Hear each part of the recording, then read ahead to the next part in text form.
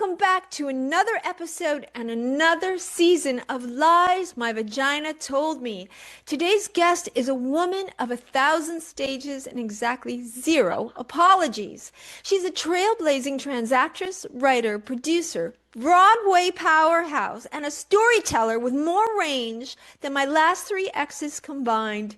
She's appeared as Mary Ellen in the 2005 film Transamerica, as Karma Johnstone in the 2016 film Hurricane Bianca. She also appeared in Laverne Cox's documentary Disclosure, Trans Lives on Screen, and just starred in her one-woman show at Joe's Pub, Oh, Bianca. But perhaps she is best known for her role as Louise in Cole Escola's Tony Award-winning play, Oh, Mary. Please welcome the luminous, the unstoppable Bianca Leigh. Yay! Welcome. How was that intro? Did you like it? I love it. You should be a Oh, press. I could work on that. You could Okay, write blurbs. You could write blurbs for I could write people's books. blurbs. I'm good with titles. Yes. Okay, so listen, welcome to the Thank you show. for asking me to do it. I'm very excited. We're so excited to have you because you're not only an icon in the theater world, but in our neighborhood. Well, we're not in Oz anymore. I'm no longer in the East Village, but you are my neighbor in the East Village, and you are legendary in those parts.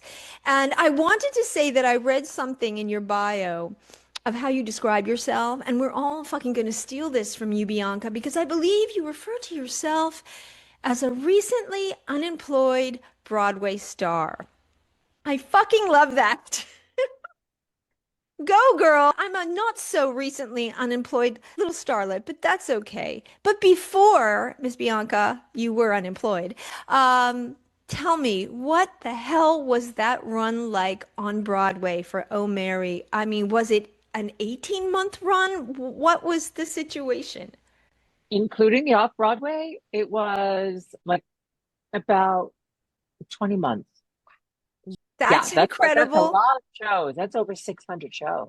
600 shows. And did I hear correctly? You won some award because you never missed a performance? I won the Perfect Attendance Award for Oh Mary, which Wow. I really loved because I never won it in school. Did you ever win a perfect attendance award in school? I never won anything in school. Nope. But like, Yeah. holy shit, like you didn't want to miss a show because you were just living the dream. Well, when you're a downtown girl and you've been hustling in every aspect of performing, film, television, singing on a little platform at the Stonewall Inn, you know, I never had to run that long. And most of the stuff that we do downtown, we don't have understudies. So you got to Right. show up or the show doesn't go on. I was not one of the cool kids and I didn't actually fucking get to see this play because I don't know, it was so sold out and so hard to get to and the tickets were so cuckoo and I'm kicking myself now because I know you could see it with a new cast, but I always love to go and see the original cast. So I'm so sorry that I didn't see it because I really wanted to and it's one of our alumni, one of our neighbors. I've never done Broadway. It is a dream to do Broadway. I want to do a one-woman show on Broadway, but I'd be so busy throwing up backstage. But how are you with stage fright? Like, what is opening night on Broadway like? We were really lucky because we'd done it off Broadway. Right. So for several months, so we really knew what the play was. Yeah. So it was just a question of will it work in a larger space with a larger audience? So I wasn't that nervous. I was pretty nervous off Broadway for a while because I just wasn't sure what the reaction was going to be. I knew there was something special about it from the very first reading. And then once we were all in the room in I think it was January 2nd, 2024, and I just knew you can almost hear a click Right. when it's the right cast The and the right. magic click. It's rare, but when it happens, Yeah, it's rare. absolutely. So we knew there was something. I knew You knew. once people can't get a ticket, once you hear I couldn't get a ticket, You you know couldn't you're going get to a go for a ticket. while. Because Demi Moore was too busy getting all the tickets and all the movie stars that were showing up to get all the tickets. What Oh, was that like? What was that baby. green room like every night? Who showed up to this show? Everyone. Everyone did, and it was surreal. And I have to say, I mean, I loved most of the people I met. And what's great about being in a hit Broadway show is that the people coming backstage, they want to come backstage. They want to meet you. So it's not a case of going Yeah. up to them in a restaurant or on set. No, And they're Denise, coming to meet you. yes, there was the one day where it was Whoopi on one side and Jen Aniston on the other. And that was kind of surreal. I think my favorite might have been Goldie Hawn My because favorite on earth. Private Benjamin is my all-time favorite I movie. mean I was like looking at her and I'm going, Private Benjamin. And they had told me, before you greet people in the green room, take off, because we had the period underwear and the course and stuff. I was trying to get around, but I turned a corner and there was Goldie, and we just locked eyes and we both went, ah, and we ran into each other's arms. And when I met Jamie Lee Curtis, I said, thank you for everything you've done for the community. And she goes, thank you, you're welcome, you're welcome. And I said, I feel like I've known you all my life. And she said, and so you have. Demi was great. I mean, said to Demi, how does it feel? You know, because I got to see she was, hit the scene as a brat packer. She became an A-list actress. Yep. And then time moves on, things. And for her to have a resurgence like that is so exciting. This is the thing, all these women who are actually not only just resurrecting on another level, they're all in their 60s, not Yeah. 50s, 60s, which you know I call sexty. It was a once in a lifetime opportunity and was once in a lifetime to be in such a hit. I've been on a Broadway stage a few times before, but to be in such a hit and to work with a cast that we really, really loved each other and worked together.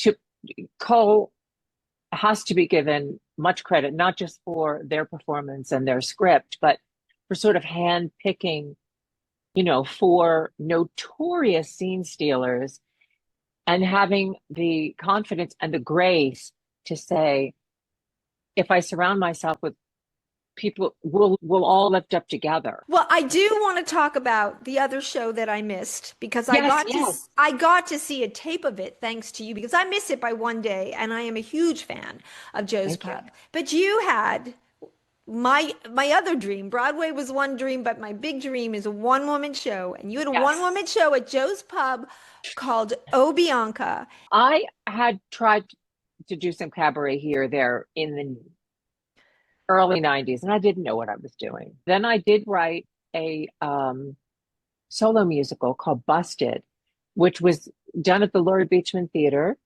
and it was very well received. And I did it on Fire Island. It was very, and I will dust that off Dust about it. a young trans woman in the 80s being arrested and put in the tombs for 36 hours. And, a musical. Is that wild? What are the But tunes? the jail, not the prison. It's Yeah, like where you would go, in the interim, you have to be seen dust by a that off. judge. You're Yeah, such, I'm, I'm going to give you the biggest compliment that a comedy writer can give another writer. You're so fucking funny.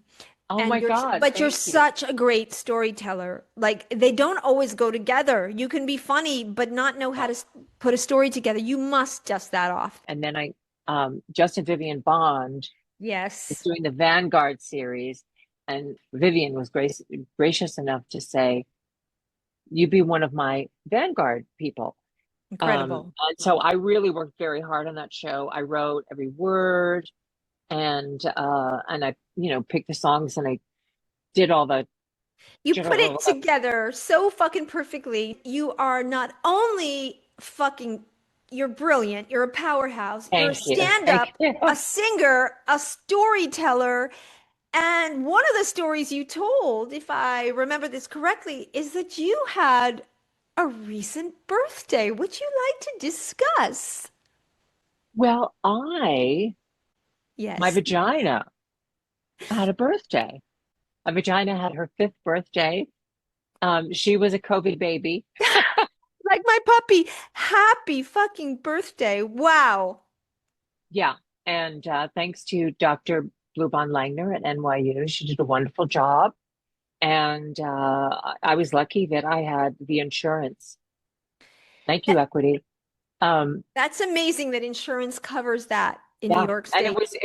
it was beautiful because, there's that first year, there's a lot of, self-care.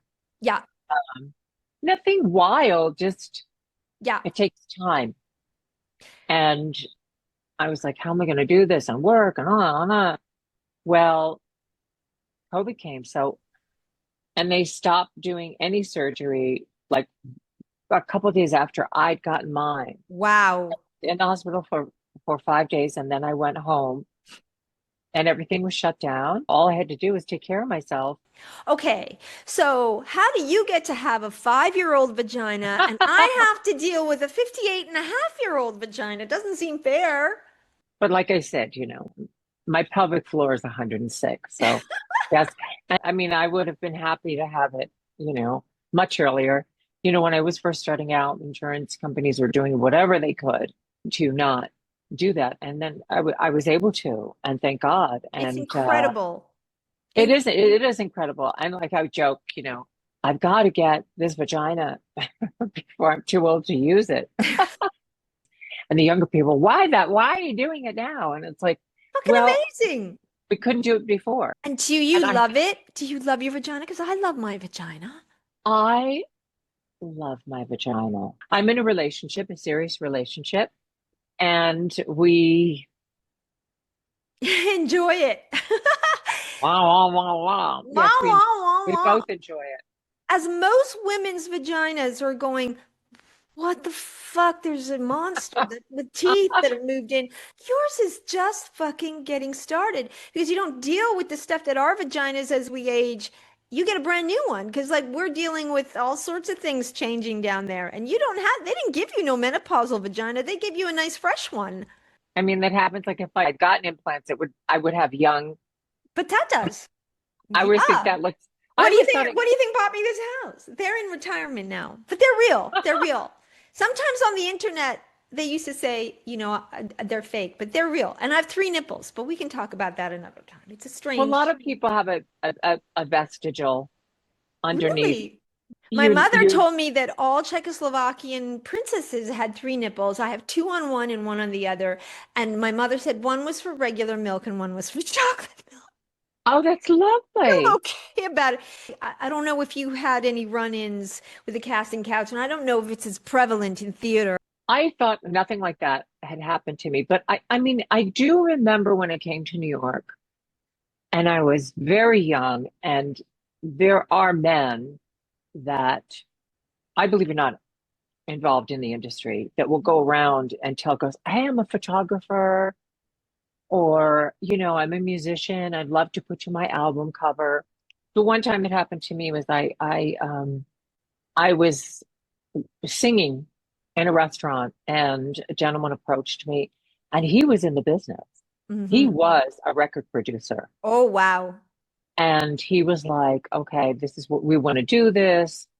I like your voice. And he had a plan. And the idea is, okay, so RuPaul had a hit single.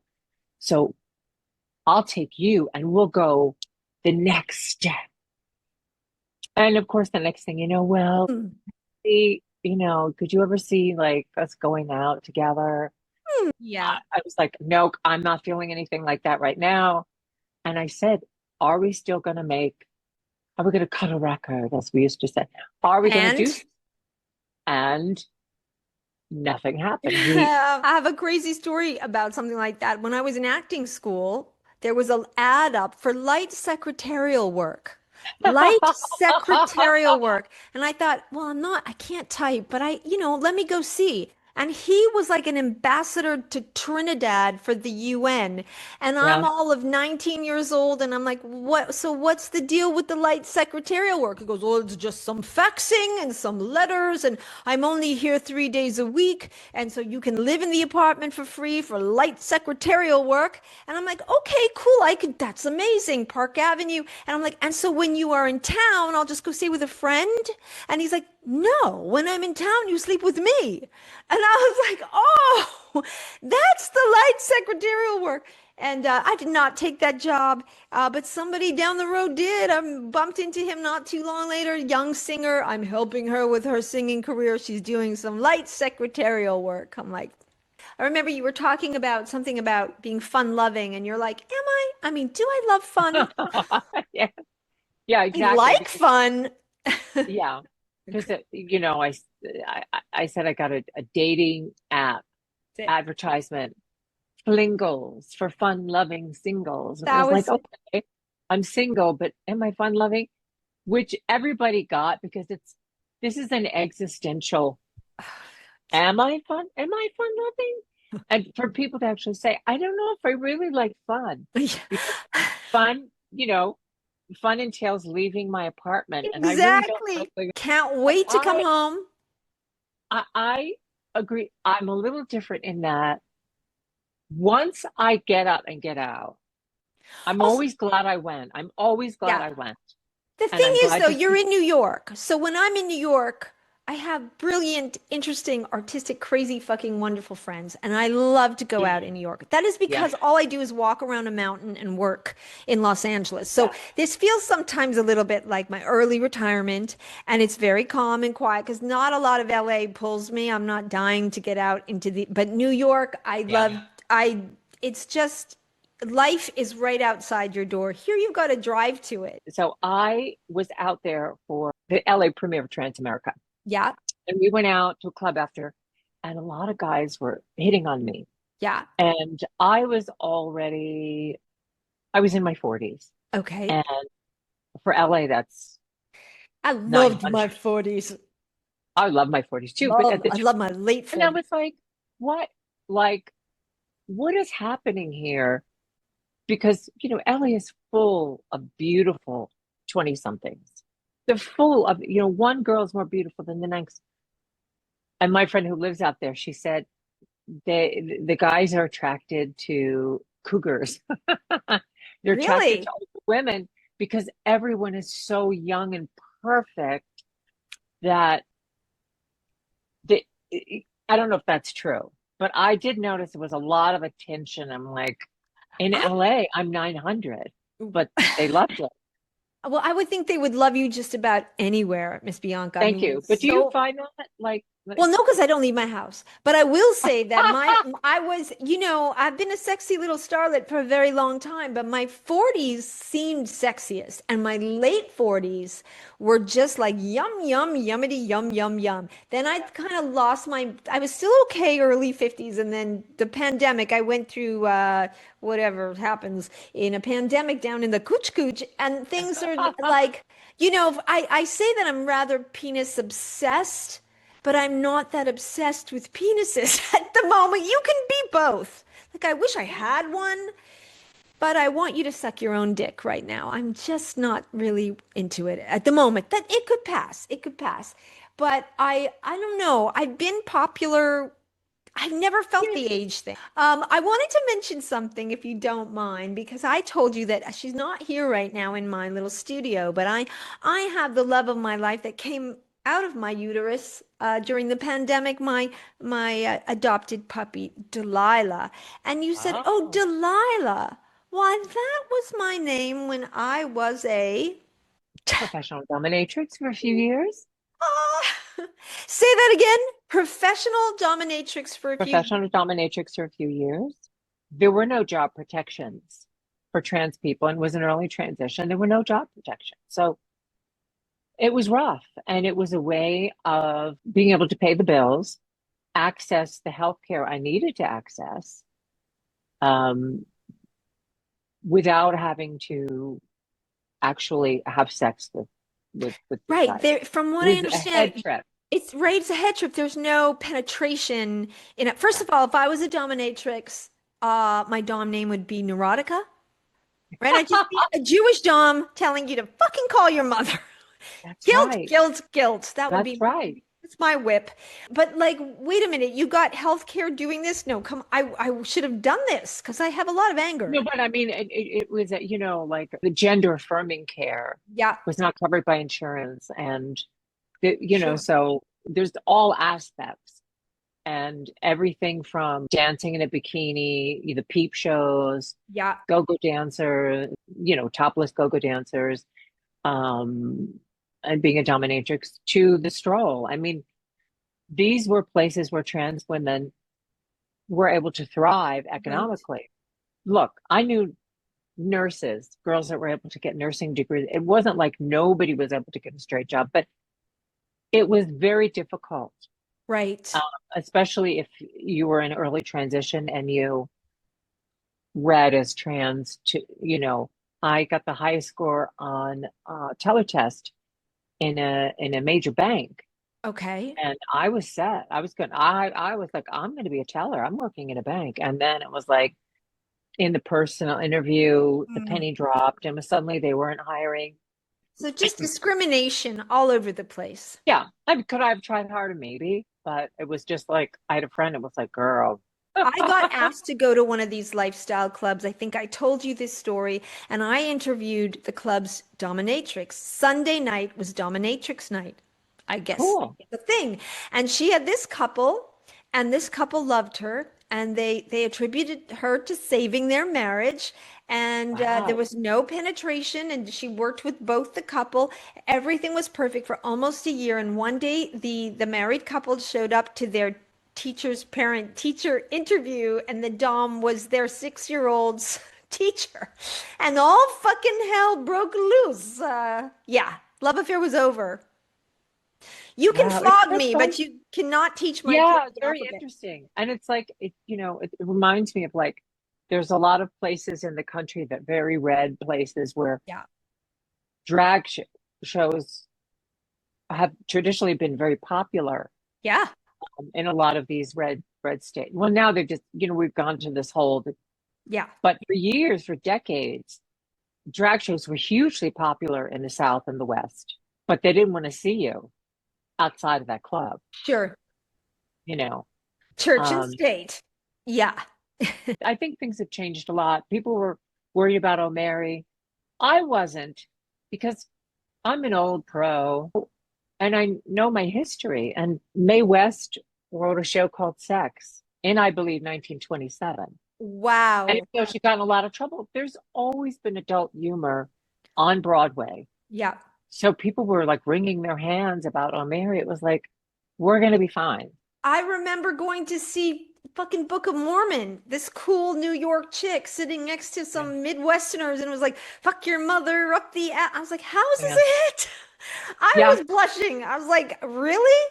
It's kind of, Yeah. it's amazing what they'll accept and what they won't, right? Yeah. But they, And of people were coming from all parts of the country to course. see O'Mary. And so it's a good reminder that there are liberals everywhere, there are conservatives everywhere. I mean, there are parts of New York that are Of Trump country. course. I know. Long Island. And It's Alabama. and, And those and were there are always liberals. the people showing up at my bar, taking a trans lady home and not knowing it, and coming back the next day and going, well, why didn't anybody say anything? Because, yeah, I'd like to say something about that. If a woman brings home the wrong guy and something awful befalls her, yeah, what do they say? She shouldn't have brought home a stranger. right. But if a man picks up a trans woman, it's about her fooling him. Exactly. It was all He about, didn't know. And what I would like to say, if you're truly conservative, you need to tell these guys, she's a stranger. You picked up a stranger. yeah. You want to be old fashioned, you know, go to a church social. So, Miss Bianca, you have conquered Broadway. You have conquered off Broadway. You have conquered all the cabaret stages in the world. What is next for Ms. Bianca Leigh? What I really want, I Yep. want a sitcom. I want a sitcom. And if I can't have, what is it, the 3 camera with the audience, that would be my dream. Okay. That would be my dream. But you can have Uh, that, Miss Bianca, because somebody passed me a pilot script that is so fucking great, written by a certain unemployed Broadway star. That's just so funny. The story's there, the characters there. I've never seen it before. And listen, I do this for a living and I read a lot of scripts for a living. And this is original. And you have a superpower. It was my superpower too, because I didn't know I could write. I mean, I wrote a good fucking term paper, but I didn't know that I could write a comedy show. The power for me with a creator is if they can write, perform, and produce their own work. Most importantly, being the writing, because I think that's it. And you have that. You wrote your show, you wrote your one-woman show. I've read your pilot. Like, hello. So yes. I have been very lucky to, you know, be in an indie movie that was a hit, Yeah. that was picked up. You're a woman's woman, and I that's what you are, and it's what you always were. And I just think that you have conquered all these aspects of the arts, being your authentic, fucking fabulous self. And Thank you. whatever you're gonna do next, we can't wait. You can Oh, steal great. all Thank this. you. You can steal all the scenes you want to steal. I would love to work with you. I believe in your show. I wish the original cast would come back so I could go back in time What and go to this show. that may happen. I don't know if everyone will come back, but don't be surprised if I'm Yeah. asked to come back in 2026. So Oh, it'd what's be nice. It'd 2026 be nice. gonna be? I don't I know if I have would no want to idea. do a whole other year. I No, don't you know. don't have to do just a little bit, just for Brigitte Bako to Yeah, come and hang out exactly. and see what she missed, because I know it was absolutely Yeah, brilliant. we'll get you there. We'll get you there. I just want to thank you for everything that you've done My for the pleasure. arts, for our neighborhood, Thank you. for trans women, for women. I just think Humanity.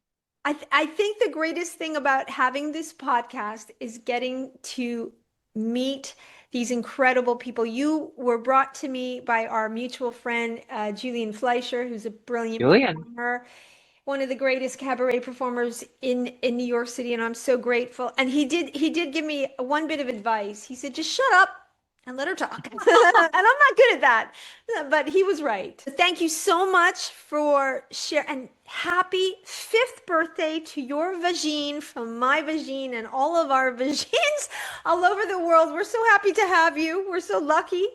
And thank you so much for everything. Much love. My pleasure. Thank you for having me, Brigitte. Lies My Vagina Told Me is hosted by moi, Brigitte Bako, produced by Jacques Telemac and Leah Sherman, artwork by Leah Sherman, theme and original music by Jack Moore for balladguitar.com. See you next time on Lies My Vagina Told Me.